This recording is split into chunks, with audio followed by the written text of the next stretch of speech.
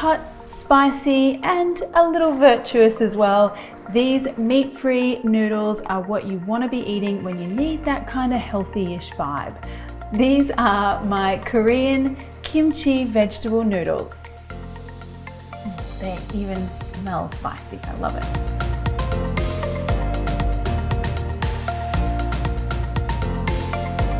So the thing that makes this noodle dish so special is the sauce. It is like sweet, spicy, all the things. First of all, we're gonna start off with a little bit of Korean gochujang chili paste. So you can find this one in a lot of supermarkets these days. It's not hard to find.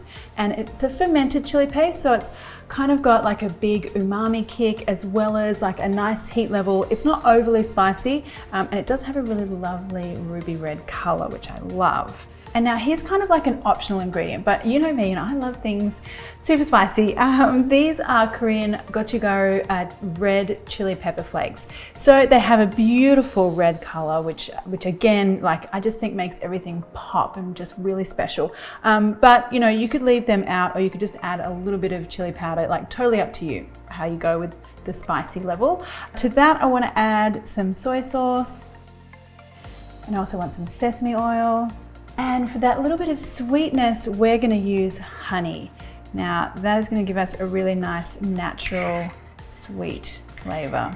And then one little key ingredient here is kimchi juice. So when you're getting your kimchi out of your jar, I happen to have my homemade kimchi here, or you know, you can use store-bought as well. But the point is, get yourself some of that kimchi juice because it is liquid gold, my friends. Spicy, tangy, all the things. So that goes in as well, and a little bit of corn flour. That's just going to thicken everything up, make it glossy when it hits the pan. You just want to give that a mix.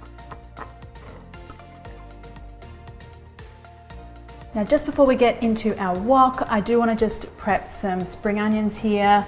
Now, I like to do these in battens. That way you're kind of really getting like a hit of crunchy spring onion right at the end.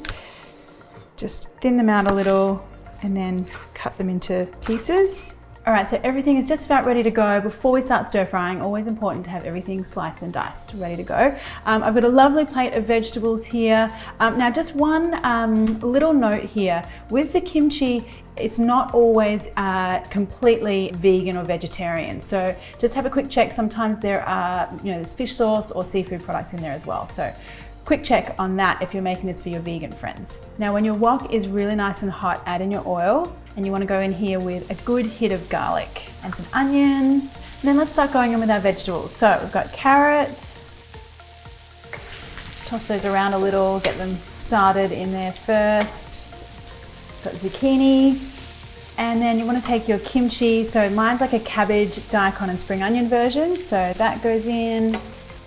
And then finally some mushrooms. So obviously you guys can go in with whatever vegetables you have on hand or whatever vegetables you love. This is just my preferred kind of mix today. And now you want to give everything time in here just to kind of cook through a little bit. I want some of that moisture from the vegetables to cook off a little bit.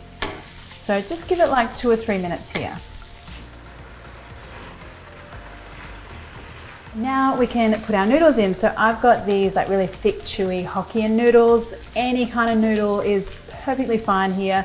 Just make sure they're cooked already. And they go. Now pour that lovely ruby red sauce on top and mix everything together. Wow, look at that color. Oh, and just like that, those noodles are glossy, the sauce is thick.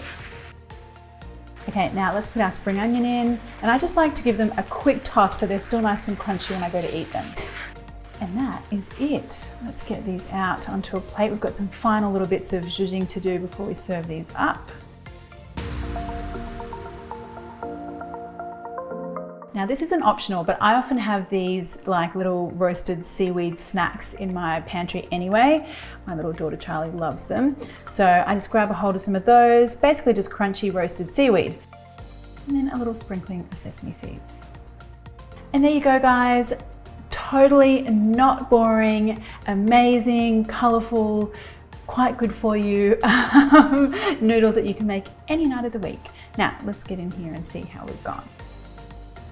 They even smell spicy. I love it. I love all those flavors. You get like the tangy kimchi, that chili kick of spice. You know what, that little pop of the seaweed at the end is so awesome. It just tastes like a hugely complex kind of, you know, sauce. You've got the tiny little bit of sweetness as well. Yum, that is really good.